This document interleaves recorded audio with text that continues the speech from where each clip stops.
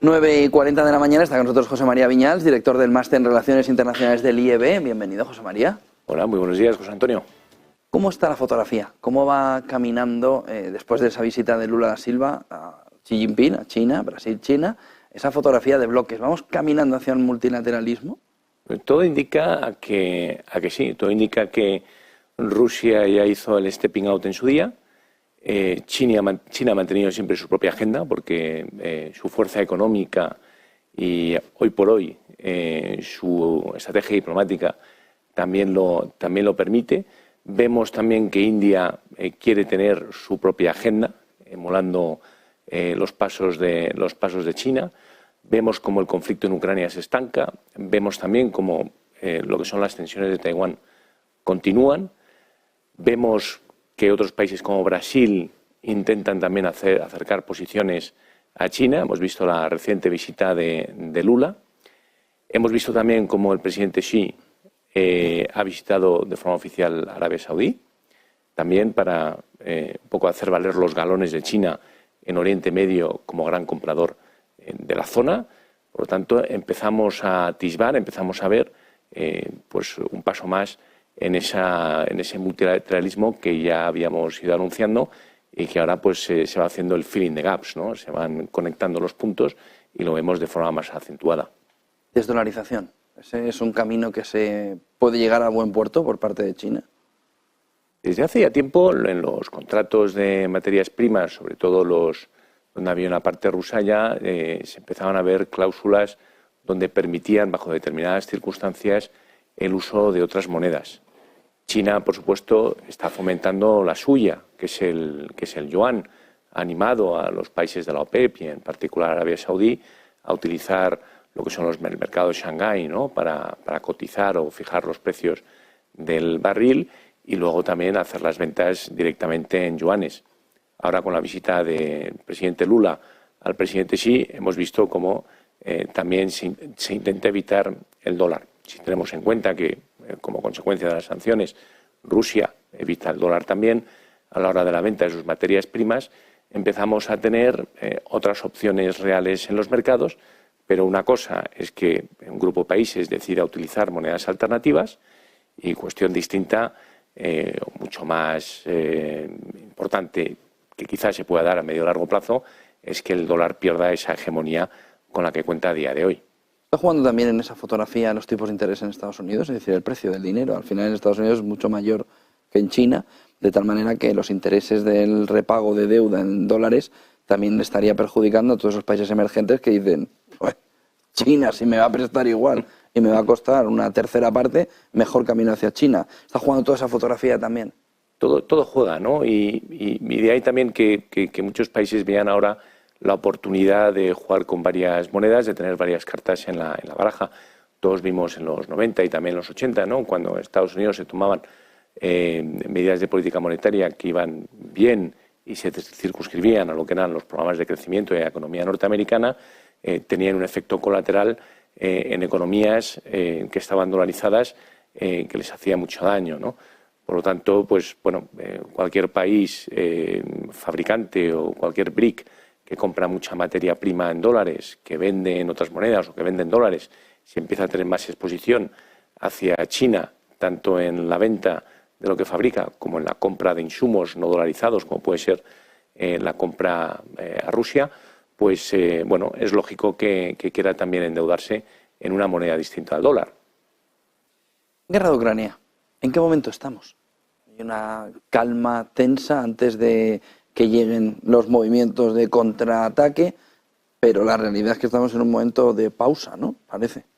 Estamos en un momento de desgaste, ¿no? O sea, un poco el conflicto se ha definido en zonas concretas, donde lo que vemos son avances pequeños, ¿no?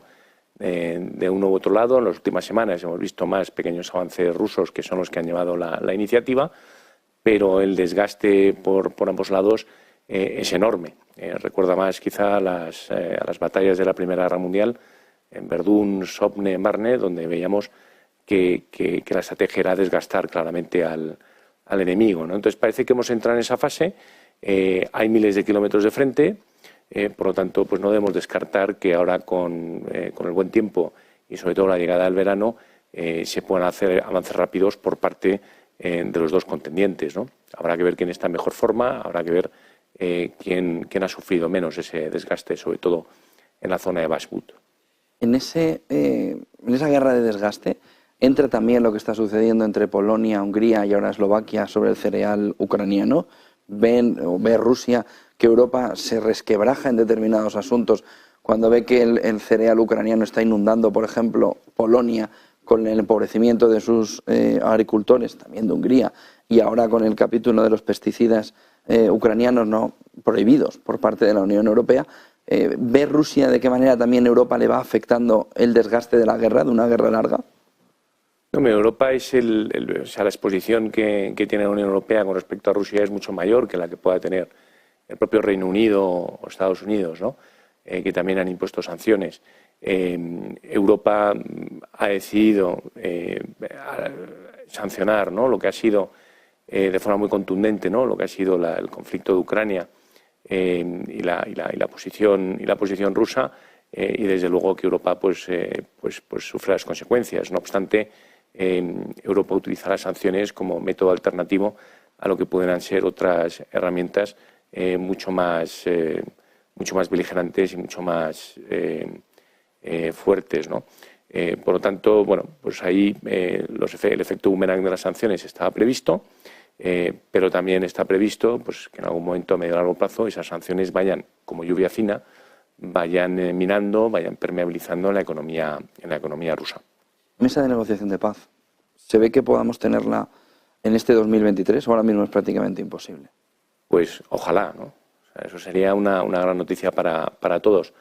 Yo creo que China ha presentado un plan que es un inicio, unos puntos básicos que parecen un poco más proclives a Rusia que a Ucrania, pero ya es cuestión de ir poniéndose de acuerdo y países como China, países como Brasil, países como Turquía van a tener un papel clave a la hora de acercar posiciones porque son, en gran medida, son países bisagra entre esos supuestos bloques que se han ido creando, ¿no? Ese bloque de Rusia con China, ¿no?, como lo queremos llevar nosotros, y otro bloque que sería la Unión Europea y Estados Unidos. Pero no olvidemos que muchos de esos países que a veces criticamos de no estar alineados con la Unión Europea, que esos países tienen su propia agenda y que van a intentar beneficiarse de jugar con ambos bandos, ¿no?, con ambos sectores. Está diciendo en Estados Unidos que hay dos caminos en la guerra. Uno de ellos, el dejar que se eternice sin que haya un claro ganador. Otro de ellos, el de forzar hasta que gane Ucrania la guerra. En esta segunda parte dicen, pero aquí el riesgo excesivo es Tercera Guerra Mundial. En el otro, en el primero, en el de que se eternice, en el sentido de que vaya sin un claro ganador avanzando a la guerra, ¿sí hay más opciones de encontrar la paz que en el segundo? ¿Cuál crees que de los dos el camino que a Occidente le beneficiaría más? Yo creo que el escenario de que el conflicto vaya más y que involucre más países o que incluso se pueda utilizar arsenal nuclear, yo creo que no nos beneficia a ninguno, ¿no? Porque yo creo que nadie gana en ese sentido y estaríamos hablando de un escenario realmente terrible para todos. Y cualquier conflicto, al igual que tiene un inicio, suele tener un alto el fuego y suele tener un fin. Ahora mismo tenemos que ver cuál es la excusa para que cesen los combates, como en su día, en el 2014, fueron los acuerdos de Minsk, buscar un principio de acuerdo que podría liderarlo alguno de estos países neutrales o que no se han posicionado con uno u otro, con otro contendiente y ver si se pueden sentar en una mesa, primero pactar un alto el fuego y ya ponerse de acuerdo en el resto de las cuestiones territoriales y el resto de las cuestiones que compondría ya un tratado de paz.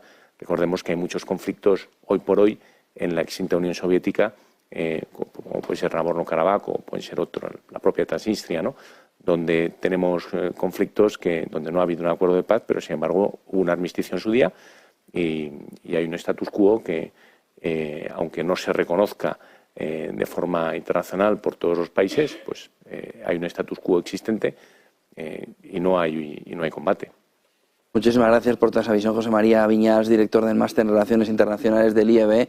Buen día y buenas clases. Muchísimas gracias. Y buen negocio, José Antonio. Y buen negocio. 9:50, Eva Villanueva. Minuto resultado, ¿cómo va el mercado? Bueno, pues este